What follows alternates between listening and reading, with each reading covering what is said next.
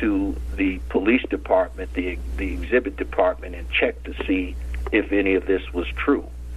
And they found these items to have been collected. And they came up initially during the beginning of the trial. Cochran asked Detective Lang whether he could see this blue plastic bag in close proximity to the glove under cross-examination. And that was either February or March, when the trial was just getting underway. Marcia Clark, under direct examination, to soft pedal what she was asking Furman about, would ask him about this broken piece of stick that was found adjacent to the Bronco on the manicured boulevard. That he said that it looked so out of place being on that boulevard, the way that they landscaped it and kept everything sharp. But the stick was allegedly used to handle the glove and to place the glove inside the plastic bag and to remove it from the plastic bag to keep DNA from getting on it. So that's what we have. And at that particular point in time, before Singular was able to go to Los Angeles, the anonymous insider within the LAPD told them, do not trust any of the blood, and that you tell the defense that they should test blood swatches number 47, which is the blood that was found on the back gate of Nicole Brown Simpson's condo with Simpson's blood, and they should test collected blood swatch number 48, which I forget what that was, and test the blood that was found on socks that had been thrown on the bedroom floor in Simpson's room. Now, well, this might be a good time to take a little commercial break because there's even some evidence, too, that if the way that the blood was dropped on the socks was like they were laying out flat and the blood went through one side of the sock out of the other side of the sock, like little drops. Correct. And also, too, real quick, I'm trying to search my memory. Isn't there something odd? There's like a photograph of Furman pointing to a piece of evidence, like out of sequence. There would be no reason for him to know that was evidence yet. Explain that real quick. Is there time you want to do it when we come back from the break? Yeah, you want to do it once we come back from the break? We'll do it when we come back from the break. We are here today with T.H. Johnson. He's investigative team coordinator for OMIG, the Ocean Medical Investigative Group. And he's done the documentary film Serpents Rising. We'll be right back with more of T.H. Johnson after these messages.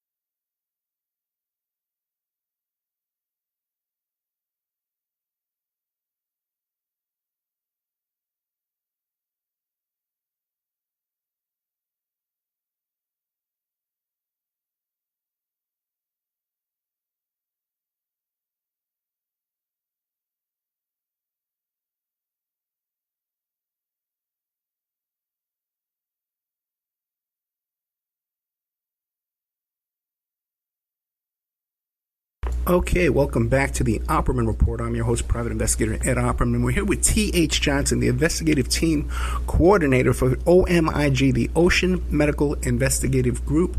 He's the author of the book Pursuit of Exhibit 35, author of the book New Witnesses Reveal the Hidden Truth, The People vs. O.J., The Real Crime, and an excellent documentary film called Serpents Rising, The O.J. Simpson Conspiracy. Mr. Johnson's been on the show several times before, so be sure and check out our archives for T.H. Johnson, and also check out the archives for Dr. Fred Whitehurst, and also Stephen Singular. All have been on the show.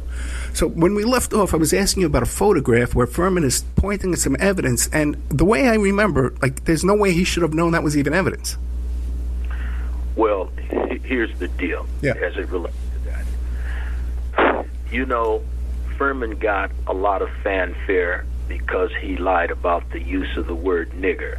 He said under cross-examination he had never used that word in the last 10 years, and then they were able to discover through the McKinney tapes that he had done 6 or 7 years over the past 6 or 7 years, and still was involved, that he used that word. And I forget how many times. I think it was like 129 times, some ridiculous number like that.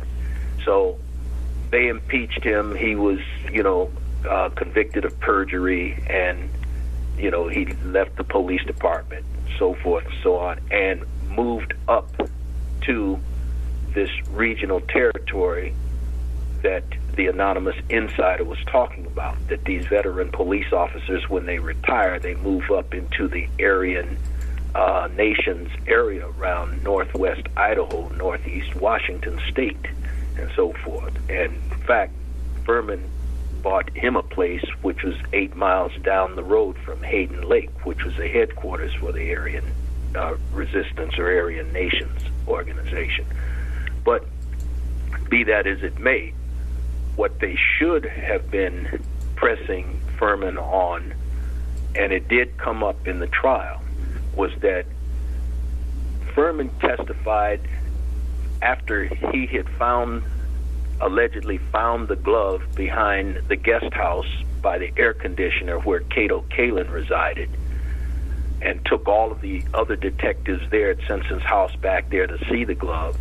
He testified that he was then ordered by lead detective Van Adder to go back to the murder site and get the official police photographer, a guy by the name of Rokar, to take photos of the glove that was back at the murder site, so that they could check and see if it was a match to the glove that he had found supposedly at around 6 o'clock over there at Simpson's residence in Rockingham.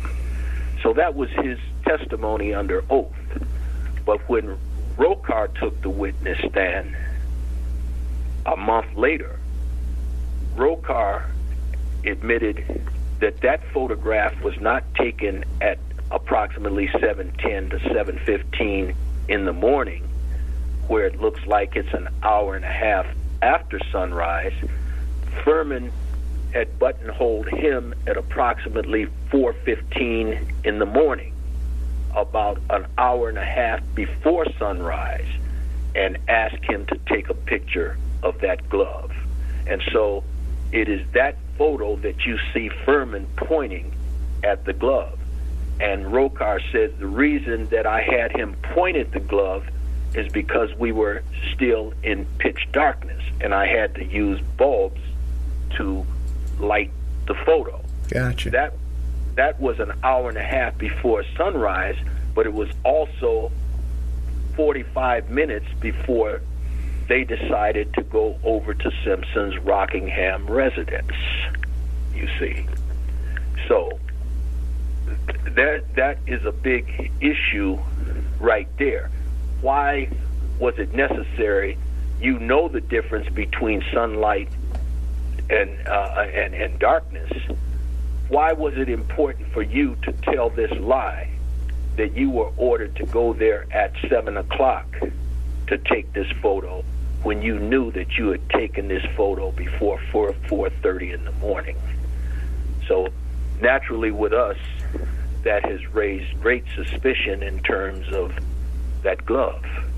But the issue as it relates to this title that I'm talking about now, Blood In and Blood Out, is that Singular had not gone to the prosecution. He was able to get his meeting with the defense. And Singular has told me, I asked him, how often did you try to get the defense to test the blood? He said, Johnson, I've talked with them at least 20 times. And he said, it is important. If you test that blood and this blood works out to be contaminated with this blood preservative EDTA, ethylene diamine tetraacetic acid, you will avoid this road that we're going around, which tends to imply that this is going to be a case involving racism, and racism on both sides, the blacks calling the police racist and so forth and letting Simpson off the hook. This thing about this blood is an impeachment factor. It's an immediate impeachment factor. We think that you should go and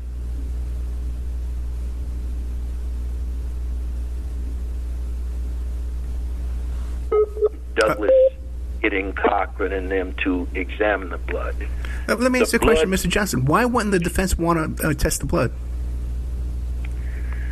I have my thoughts as it relates to that, and I've shared this with you before, that I do not think, after examining quite a bit of this stuff, that the Simpson case was the most important case in Mr. Cochran's career.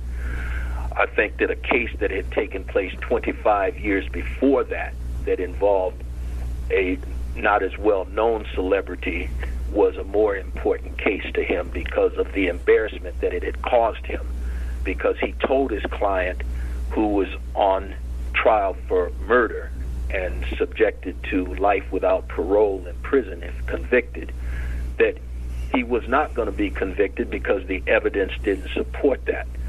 But his client at that time, Elmer Geronimo Pratt, was the defense minister for the Southern California chapter of the Black Panther Party. And he had continued to tell Cochran, who was young and naive at the time, you simply don't understand, Cochran, what this is all about. And subsequently, because of a prosecutor named Kaloostian, Richard Kaloostian, suppressing evidence and admitting intentionally using the perjured testimony of a confidential informant, Elmer Geronimo Pratt was sentenced to life without parole. In fact, he had been down now over a quarter of a century. But before he was being taken out the door, as the bailiffs were taking him out to prison, he looked back over his shoulders and he said, "Don't forget me, Cochran. Don't." And Cochran, if you read his books, Journey to Justice and A Lawyer's Life, this thing with Elmer Geronimo Pratt seems to be the unspoken subtext to his books. Don't forget me, Cochran. And I don't think that Cochran ever forgot that. I think that Cochran had to find a way to maneuver to the head of that defense team. And he was overly qualified more than anybody else